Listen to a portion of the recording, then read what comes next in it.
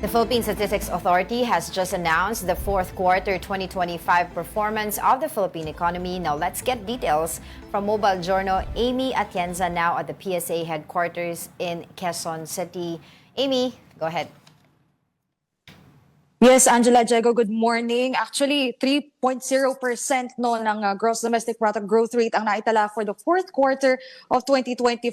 Technically, kung i-compare din natin ito, ay mas mababa ito sa third quarter GDP growth rate na nasa 3.9% na initially in-announce din na nagkaroon ng revision downward kahapon yan ng Philippine Statistics Authority. So, ibig sabihin ito, mas mabagal talaga yung naging takbo ng ating GDP. At actually, bago pa mangyari ito mismo, ang goal kasi ng ating pamahalaan, syempre, ay magkaroon ng 5.5 to 6.5% na GDP growth rate.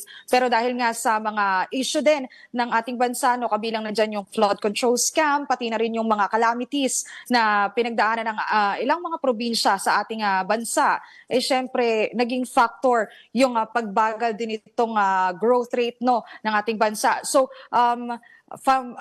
kung i-compare din natin ito sa 2024 growth rate, mas mababa ito ang ating 4.4% compared sa 5.7% na naitala last year. So mas mabagal talaga, and titingnan pa natin yung mangyayari dito na sabi na rin naman ni DepEd Secretary Arsenio Balisacan no, na may mga reforma tayong inaasahan for 2026, which means na inaasahan natin na mas magiging maayos na yung takbo ng ekonomiya ng ating bansa, lalo na dahil napapag-usapan na rin no, sa ating mga kongreso, pati na rin ang ating mga mambabatas, yung sa anti-political dynasty bill, pati na rin reforms pagdating dito sa mga tariff ng ating mga export. So, yan yung mga abangan pa natin na developments dito, pero so far mababa itong numero no ng ating GDP growth rate, pati na rin yung mga gross national income na naitala for the fourth quarter of 2025.